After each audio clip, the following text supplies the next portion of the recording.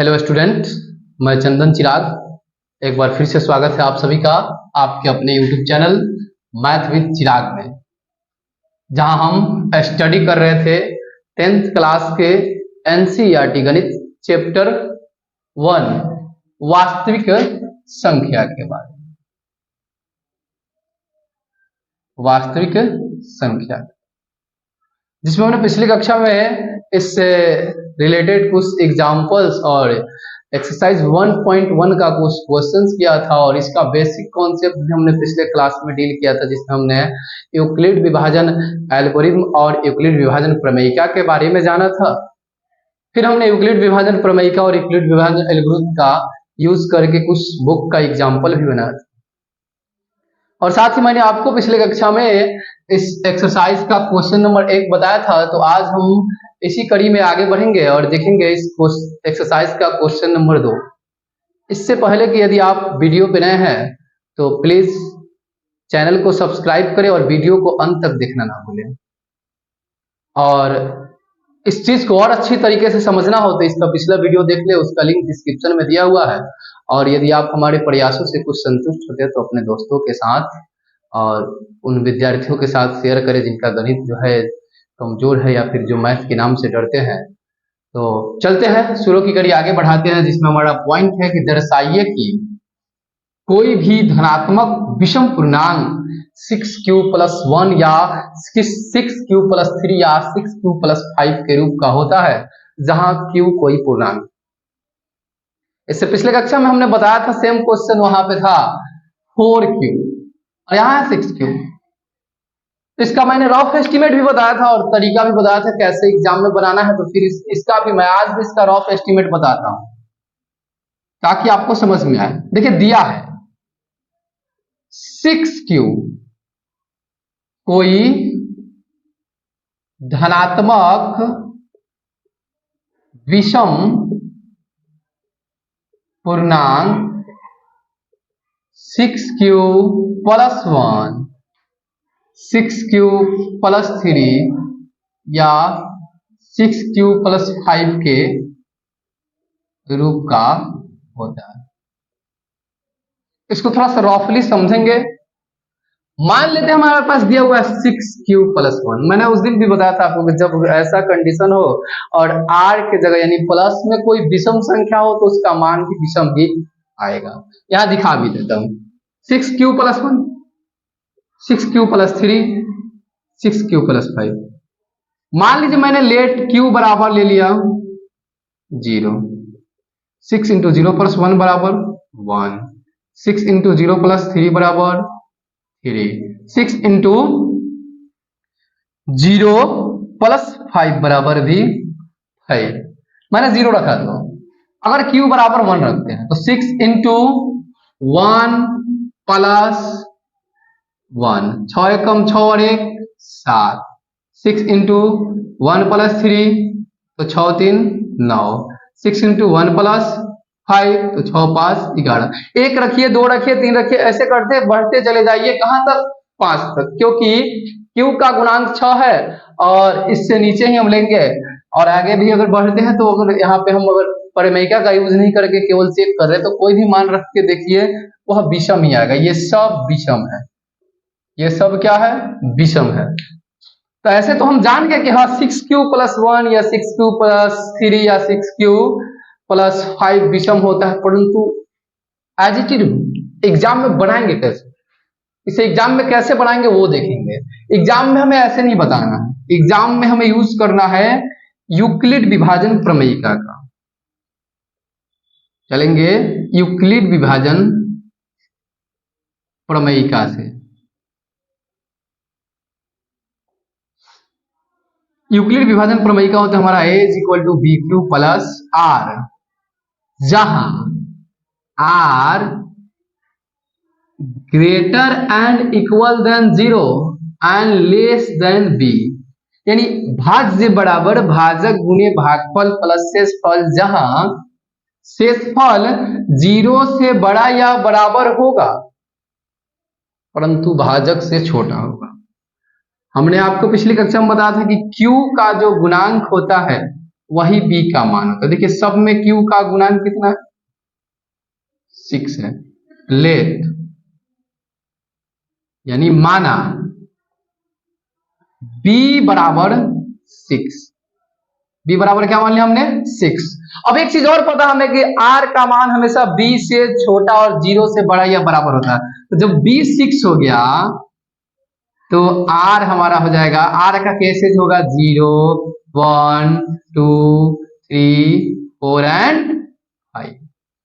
1 2 3 4 5 6 cases तैयार हुए r के, 0 से लेकर 5 तक। 6 नहीं जा सकते, 6 से नीचे ही रहेंगे।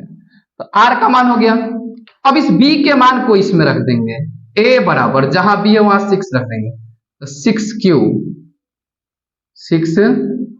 प्लस r, ये हो गया हमारा, हमने इसको मान लिया समीकरण 1।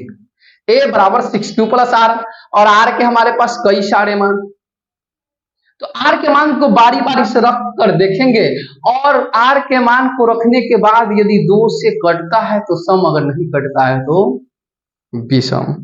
तो सबसे पहले r की जगह हम रखेंगे केस फर्स्ट में r बराबर 0 को समीकरण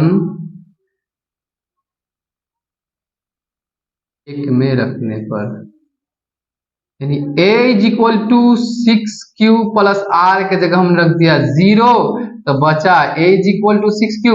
हमें पता है 6q को अगर हम 2 से डिवीजन करेंगे तो 2 के टेबल में 6 है, 2 के टेबल में 6 है, तो लिखेंगे यहां 2q, सॉरी यहां 6q 2 से विभाजित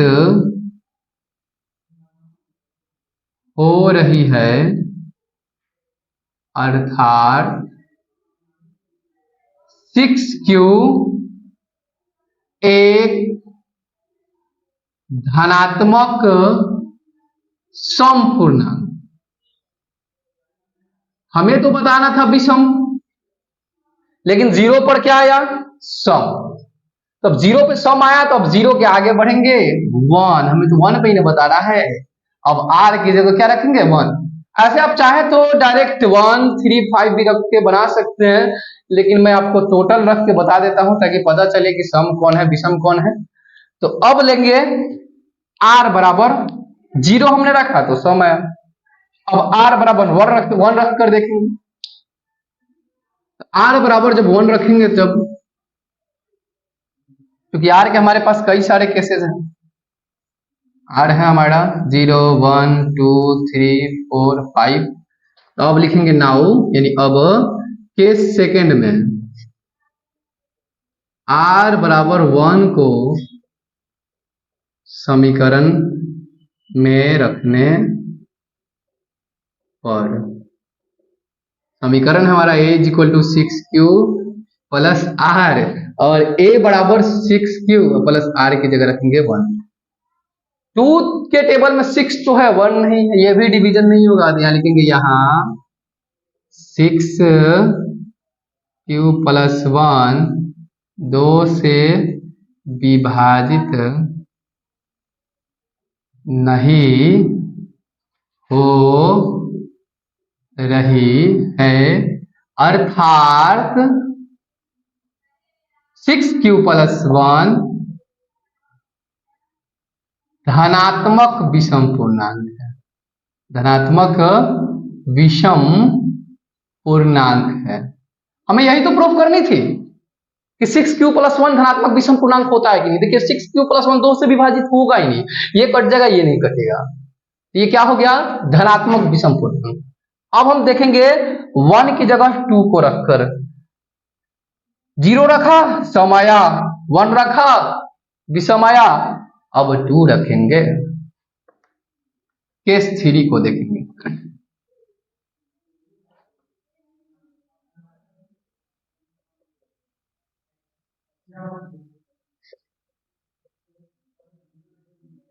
r बराबर 2 को रखने पर, तो a is equal to 6q plus 2। अब इसमें से अगर देखते हैं तो 2 को अगर कॉमन लेते हैं तो 3q, अब प्लस 2, 2 से 2 कट गया 1, 2 तो डिवीजन होगा 2 से, ये डिवीजन हो रहा है। यहां ऐसे लिखिए 2 इंटू 3 क्यू प्लस 1 लिखिए, अथवा या 6 क्यू प्लस 2 लिखिए। 2 इंटू 3 क्यू प्लस 1 या 6 क्यू प्लस 2 संख्या 2 से विभाजित हो रही है, और जो 2 से विभाजित होगा वो समपूर्णांक, अर्थात यह धनात्मक समपूर्णांक है, धनात्मक समपूर्णांक। अब 2 पे आ गया हमारा सम, 1 पे आया विषम। अब बारी है 3 की, तो आप 3 को अब रख के देखेंगे, यहां पे 3 को रखेंगे,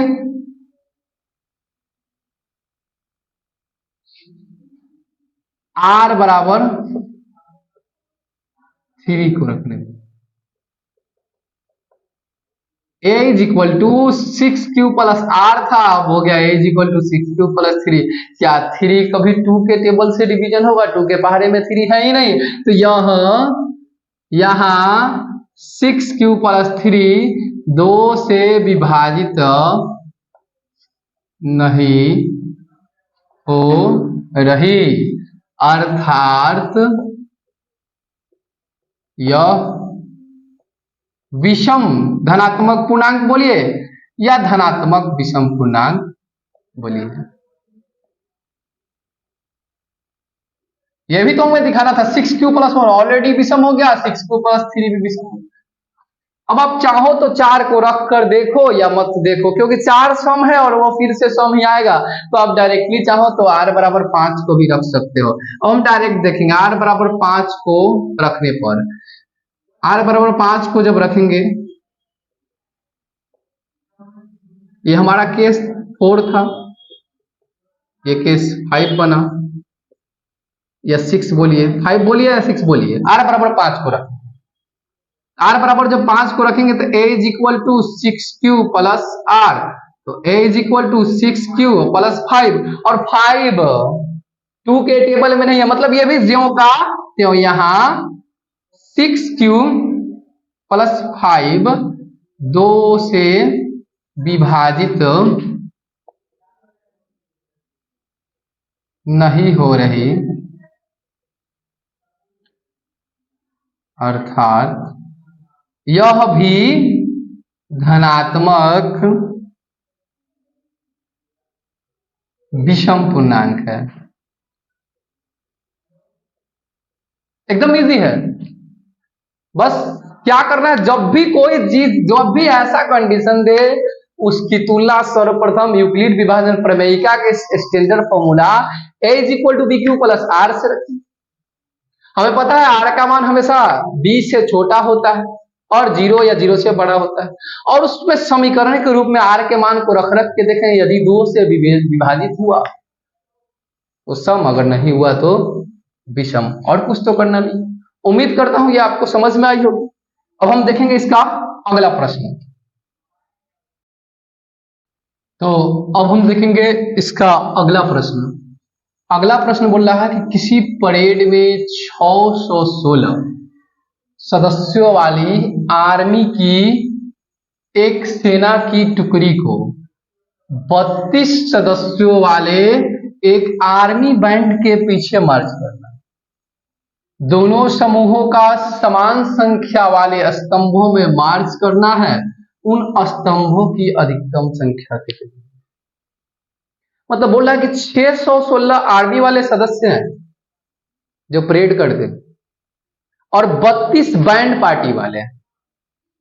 उसके पीछे इन 616 सदस्यों को उन 32 के पीछे लाइन अप करना है। तो बताना है कि आखिर प्रत्येक लाइनअप में कितने सदस्य होंगे, और सभी में मतलब कि संख्या बराबर होना चाहिए, और बराबर संख्या का ऐसा कितना लाइन लगाना संभव है। तो जब भी कभी ऐसा कंडीशन दे तो सबसे पहले देखेंगे दिया क्या है। दिया है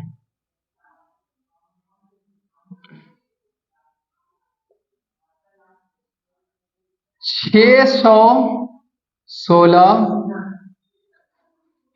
सदस्य वाली एक सेना, किसका? आर्मी का। और उसी में 32 बैंड पार्टी वाले, बैंड वाले सदस्य,